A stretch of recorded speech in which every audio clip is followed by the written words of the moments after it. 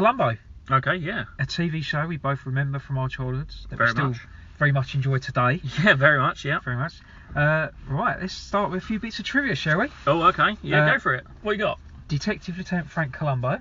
Now, I know you Frank is a tenuous thing. I think, if memory serves, I think the only reference to Frank Columbo was on his badge, on his LAPD his badge. ID card. Yeah. And I think, on the ID card that came with it. And I think that was flashed in one episode in a very snippet. I think if you look online, you can find a close-up of it. You can. But if memory serves, yeah. I think in a different episode, he's referenced under a different first name. It's he doesn't reference. He never says what his first name is. It's always just Columbo. Yeah. You know. But I have a feeling in a different episode, he actually referenced a different first name, or it's referenced about him using a different first name. Okay. I think it's always been tenuous. That might have to be checked out. Yeah, go for it. Yeah. Because Google absolutely. Images, there's a picture. Yeah, there is, of his and LA that's the police badge, screenshot, I think. and it's Frank. Yeah, no, absolutely. But I think it's one of those open-ended things that's just never really confirmed or denied. Okay. He's just Columbo. Just Columbo. Played by the sadly now departed Peter Falk. Yeah, very much missed. Interestingly, as probably people probably aware, Peter Falk had a glass eye. But does that mean that Columbo had a glass eye? What, the character as well as the actor? Because I'll tell you what, if he was looking at me, interrogating me with that sort of dodgy glassy eye, I'd think, what's up with your eye, mate? Have you got a glass eye? It's not mentioned whenever anyone's been in hospital, hospitalised, whatever it is in any of the episodes. Nothing's ever referenced to it. I think it's one of those things that's just not spoken. I think that the character hasn't got a glass eye. Okay. I think the character is, because I'm going to be honest, and I don't know the full ins and outs of the LAPD, but I can't see a one-eyed detective effectively being okay for duty. There's probably a lot of tests that you would have to take. I mean, where one eye would be a hindrance. Yeah, this was the 70s, so maybe it wasn't as stringent as it now would be. No, because for example, how would he do his shooting test? I know, obviously, there's an episode where he says he doesn't carry a gun, or he might say that just to, put people off. It might be to throw someone off. Exactly. Yep. But if he has to do a gun test type thing with one eye, it might be difficult. Yeah, very true. Very true. And then he's sort of writing tests, maybe. Yeah, absolutely. It's it's one of those. I think a lot of things about Columbo you kind of have questions about that will never get answered. I think not about the particular crime or anything like that, but just generally about the show. There's certain elements which are just never referenced, and I think that's one of them, to be honest. Yeah. Ran from 1968 to 2003. That's longevity, isn't it? That's it longevity for you. It is. Bearing in mind I think the later ones, they went into more of a filmatic element, TV movies. I'll say various sort of degrees of quality as well, because I personally like the early ones, whereas the later ones, the sort of 90s, early 2000s, they didn't seem to cut it for me. I have a feeling when it ended, which was, are we talking late 70s, early 80s, and then got brought back, I think it was on a different US TV network. Yeah. I think it was an ABC instead of NBC or something like vice that. Versa, yeah. And the quality was definitely down. I mean, there were a very 90s feel about them, which is, in TV, the 90s feel is quite a unique thing to replicate. Big hair, shoulder pads, that type of thing, lost. But obviously, as an actor and as a character, he was getting much older at that point. I mean, realistically, if the character was as old as the actor was, he wouldn't be on the force at that age. He would have been retired off. His bumbling shtick was like no longer relevant. But surely, you're right, he would have been pensioned. Surely he must have been featured in the press at some point in LA, because he was the most renowned detective. Yeah, I do always say to people that if you're a murderer and Columbo's on your case, you ought to just give up, because you're not going to get away with it. For 35 years, he had never had a promotion. Never promotion. Never promotion. Always lieutenant. Yeah, always. Interestingly, you didn't often see his boss. Once or twice. No, you saw a few colleagues that said, the body's over there and we've taken some photos type thing, lieutenant, and then they disappear. And he almost came across as a one-man band for the LAPD. And how annoying one-man bands. Have him just stalking you all the time and just on your case and always there, so you got the door. He was there. But don't get us wrong. Obviously, we love that actor and we love the character. This isn't detrimental to Columbo. We love that about him. No, I mean, as you say, the act, it was very groundbreaking for its time that you saw the perpetrator and what they were doing. Yeah. I.e. murdering someone. And then it sort of went backwards to try and figure out for Columbo how they did it and why they did it, that type of thing. Rather than a who done it. It was like, we know who done it. It was guess how it was done. Yeah, you work out how he did it kind of thing for the character. Yeah, absolutely. And what clues he picked quite up. unique. Yeah, it is interesting because I still find it, as I know you do as well, that we they're often repeated on UK TV channels all over the place. I mean, I've got, interestingly enough, I think you were telling me the other day that you were in one of the UK DVD sort of shops, if you like. Yes. And you saw, was it the DVD box set? It was the entire, every episode of Columbo DVD box from set. From 68 all the way through to 2003. 2003 in like a mock imitation cigar case. Which is very apt. Yeah, I like that. I like it a lot. What's interesting is I actually got hold of, via the wonderful world of eBay and online auction sites, I actually got hold of, and it's a Japanese only release. And what it is, it's the same basic scenario. It's in a faux cigar case, but it's actually the Blu-rays. Now, Blu-rays were only ever released in Japan. Don't know why. I didn't know Columbo was very big out there, but clearly it was. And they've actually gone through to remastering every single Columbo episode in a Blu-ray quality. And I've got this box set thanks to the wonders of the Google and online world, and I got hold of it. And I must admit, I watch those a lot, because the sheer quality of the transfers and the prints is spectacular. But I will rewatch Columbo all the time, absolutely. And obviously now, I've like yourself, we must have seen every episode virtually, I think. We have. And it doesn't matter if you know who's done it. Obviously, that's the whole point. You get told that's the whole point. Yeah. And that's the difference, I think, and that's what makes it so, the longevity there, and that's what makes it so easily rewatchable, is having to forget who done it. You get told who done it. And the more you watch it, the more clues you can pick up along the way that the character gets, I think. Well, let's go back to the beginning. Previously played by an American actor called Bert Freed in a single TV episode in 1960. Was it the Chevy? The Chevy Mystery Show. That's it. Yeah. That's the one. And then obviously, as we know and love him now, Peter Falk. 1968 TV film Prescription Murder, which ironically we were talking about earlier, weren't we? We were. How his character developed. Yeah, it's over interesting the years because the character, or Peter Falk, the actor, was younger. I think less dishevelled, I think, is a good sort of statement for him. Yeah.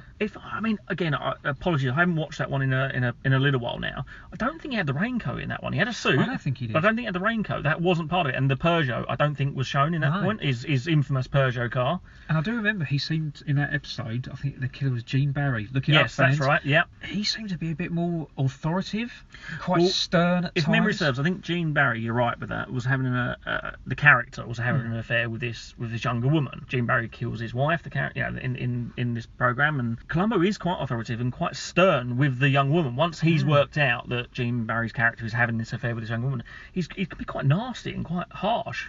He was more, as I said earlier, the bumbling shtick seemed to appear a lot later. Here, he just seemed to be just an ordinary LA detective who we knew who'd done the murder. Yeah. And he just figured it out. Whereas later on, it became all the sort of stumbling and bumbling and checking his pockets and losing things. Yeah, the little notes of paper. He'd often bring out a receipt for something. And... it was a shopping list. Yeah. No, that's my wife's shopping list. A lot of shopping list. A lot of shopping list action. Yeah. Loved all that. Very much. First episode of the TV series, 1971, directed by 24-year-old Steven Spielberg.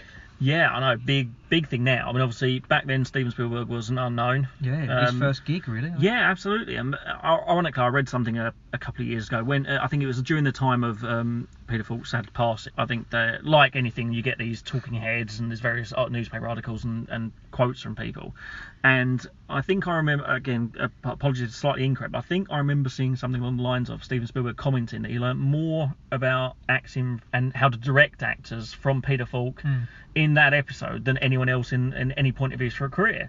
And if that is true, that is a huge statement. Oh, of course. And obviously, it's like anything. I think you learn most of your stuff when you are younger in your career. That's when you do learn about these things. But that's a huge statement to make. I seem to remember as well the producer of that show saying Spielberg at the time, even though he was a kid, they could just see how his road was going to progress because of the way he did things, his lighting, his camera angles. I suppose different to a lot of the other actors of his time. And for 24 as well. Yeah, I mean, but again, I suppose the other thing you can look at is Columbo at that point. It was its first episode of its regular season or series, so it was only the second episode of Columbo, as we know, as the Peter Falk era. So I suppose there wasn't really a lot of pressure on Steven Spielberg in that way because no one knew what Columbo really was going to go to.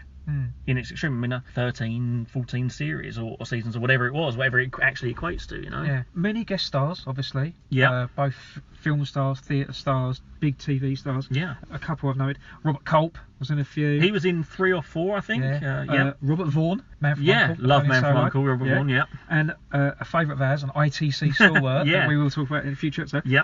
Patrick McGoohan. Patrick McGoohan, who I think tops the list of being not only a guest star but also director. I think if you look at the directing and film and acting elements, so acting and directing, everything, if you look at all those things together, I think he participated more than other than Peter Falk. He participated more than anyone else. I think you are right in saying that. I think Robert Culp was up there in terms of being the murderer or a victim or something, you know, in terms of a guest star, if you like. Yeah, but I think Patrick McGoohan was definitely up there because they had a really good friendship, like all through their lives, didn't they? I mean, they were very close friends. An oddball thing, you wouldn't really think of it because we know Patrick McGoohan as you've just referenced, Prisoner, more for the Danger ITC Man. days, which we are going to be speaking about in future episodes, so sort of keep a listen out for those. But it's, when you look at those, we think of, you know, Patrick McGoohan from those series, American actor, British TV series, effectively. You know, a lot of them was British TV series. And then going to the US, obviously back to his home, and then doing this thing with Peter Falk. But yeah, they've been friends for a long time, I think. Yeah, and that probably relates to him guest starring, probably a lot of directing them and that. Leslie Nielsen jumps to mind when he was still a serious actor. When he was a serious actor, before the sort of spoof Naked films series, and TV series or came into the fore. Yeah, he was a very, from what I've read, he was a very serious, classically trained actor. And it was only obviously later on with things like Police Squad and Police Academy that he started goofing around, an Airplane, of course, and things like that. But even then, he kept it straight. Yeah. Because the best way for a comedy actor to be funny is to keep it straight. Well, I mean, yeah, because if my memory serves right, and it doesn't always in these things, but he was in 2 episodes. Once as the boyfriend or partner of the killer, and in a second episode, I think he was a hitman, wasn't he? He was a hitman who did get bumped off himself. And that was Patrick McGoohan. Yeah, Patrick McGoohan in one of his on the pier, under the pier on the beach. Yes. That's right. Yeah, Patrick McGoohan at some point using a fake nose and fake hair and driving this random Citroen car. Very Clouseau. It was very Clouseau, and that's exactly what it was. Yeah, definitely. Yeah, bumped off on the beach. Can't be bad. What a way to go. It can't be bad.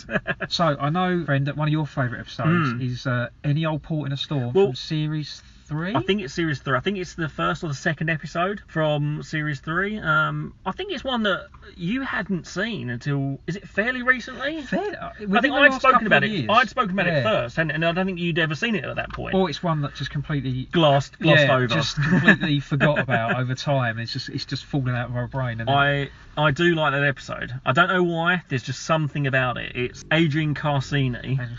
And did it win an Edgar Allan Poe Award for Best Mystery TV? It was something along those lines. Something along those lines. Yeah, it was definitely award-winning. I think when you look up, and please feel free to do it, but if you do look up award-winning Columbo episodes, I think that genuinely is one that has won an award. I don't know why, really, because I love the episode, but I can't see anything in it that's more worthy than some of the other episodes. No, it just seemed to strike a chord with fans and the public alike. It did. I mean, I love that episode. Yeah. Donald Pleasance, playing Donald Pleasance. Donald Pleasance, very obviously big TV and movie English actor, but even when he's being charismatic and charming, still brings his sort of Donald Pleasance of weirdness. There's a Donald Pleasance creepiness about it. Underlying menace. Yeah, very much so. Yeah, I love that episode. What's your favourite line? Well, my favourite is about liquid filth. He doesn't say like that, does he? No, he says it quite outrageous, like, liquid filth. And I love the episode. I mean, there's a few sort of moments in it that I really like about decanting the wine. When he gets someone else to do it for him, and it's just, again, he's Donald Pleasance-esque creepiness about it when he asks. I mean, for those that don't know the episode, please dig it out, but we'll give you a brief. Donald Pleasance kills his brother, locks him in a cellar. We're not giving anything away. You find this out, as we know, in the first 5 minutes. Locks him in a cellar, wine cellar, turns off the air conditioning, forgets that he's got all these hundreds of bottles of expensive wine. Really, he's a wine. Which he's ruined. And then Columbo finds out he did it by making him drink his own wine. Yeah, he orders that very same wine when they're out for dinner. Yeah, which he's off. Hence the line, liquid filth. Yeah, the character Columbo going out for dinner with the person he thinks who did it. But he did that a lot, because there was one with, I think it was Louis Jordan, or Louis Jourdan, Yeah. his name, and he was an Italian chef, and Columbo was like cooking dinner with him and stuff. Yes, that's right. He was always really pally. He seemed to get with really his chief involved. suspects. He seemed to get really involved. And he's almost like he used to say, "I'd hate to arrest you because we're getting on really well." I have to admit, there's a little cachet here. There's something about William Shatner. The Shat himself. Love the Shat. He appeared twice in the Columbo, I believe. One in the later '90s series, which I won't go into too much, but one in the early series. Inspector Lucerne. He is a TV detective himself. Yeah. And being investigated by a detective. Yeah. Brilliant. But what goes on there is that William Shatner's character, I can't remember the actor's name, or the actor he's playing, should I say, but he will himself pretend to be Lieutenant Lucerne, helping Columbo figuring out how he done it. Yeah. It's absurd, but it does work in the context of a Columbo episode. Especially with the Shat. I love the Shat. Love the Shat. Gotta love the Shat. So, back to the facts. Actually, I should be saying just one more thing. Shouldn't I? A store of the Columbo, just one more thing. The raincoat, the car, the shabbiness, the cigars, the bumbling, just one more thing. The notes from the pocket. Actually, just going back, did you know that Peter Falk, provided his own clothes? They were his own wardrobe. The raincoat, the shoes. Genuinely didn't know that. They were his own wardrobe. Wow, as an actor you thought he would be doing better than that. But it works for the character. Of course I think in one of the episodes his wife buys him a new raincoat. Yes. And he spends all the obviously little side notes of the episode trying to get rid of it. He doesn't like it. He can't think in it. He can't do anything in it. As soon as he bins it off, puts the old one back on. That's it. Catches the guy, solves the mystery. Jobs are good and job done. Yeah. But it's funny because a little thing, I think obviously the program itself, I'm not quite sure who the audience it was aimed at back in the day, back in the 70s. But there was never any blood. No. The murders that happened. Curse words. No curse words. No, absolutely. There was nothing like that, and it wasn't particularly violent. I know that obviously it was murders, but there was no gratuitous violence for the sake of it. So it was quite oddly for a murder and a detective program. It was quite family friendly, I think. A family friendly murder mystery. Yeah, absolutely. But it works. Yeah. It works now. So one more thing. Just one more thing. Go on then. One more fact for you. So a few episodes he had a dog with him, didn't he? Called imaginatively Dog. Yes, that's right. Yeah. Yeah. Did you know when that original dog died? Yeah. The replacement dog was younger, so they had to age that dog. They had to give it dog makeup to make it look older. They aged the dog. They went that far into it. So people, the audience, would say, "Hey, that's a different dog." They aged the dog with makeup. Yeah. Well, I mean, I do also know, again, one more thing from me, is that when these series originally got cancelled by whichever TV network it was, I'm not sure it got cancelled or whether it just they chose not to renew it, as they do in the US quite a lot. When it got brought back on the different network for the later 90s episodes, the studio wanted to make sure he had the same car, the Peugeot. Yeah. I think it was an old 304 or something like that back in the day. But the studio, by that point, the original studio had sold the car. It sold on to a collector or whatever it might have been. So when they revived the series, they were so adamant it had to replicate the Columbos from earlier that they actually went and had to go and source them from all over the world and bought two of them. I think they used two. Like most things, they would tend to use more than one vehicle throughout the course of a series. And they actually had to go and buy them just to use again for continuity. I think because that was part of the Columbo. That was part of Columbo and his whole thing, wasn't it? The car was a big part of that. The shoddy, decrepit motor, which I think in some ways was a bit of a thing towards him. He was a shoddy detective. Well, it fitted him. Decrepit detective. He didn't really look after himself. Yeah, old and crumpled persona, clothes, car. Yeah, it all fit. It all fit together, didn't it? Really. Yeah. Well, just one more thing. We haven't overused that at all, have we?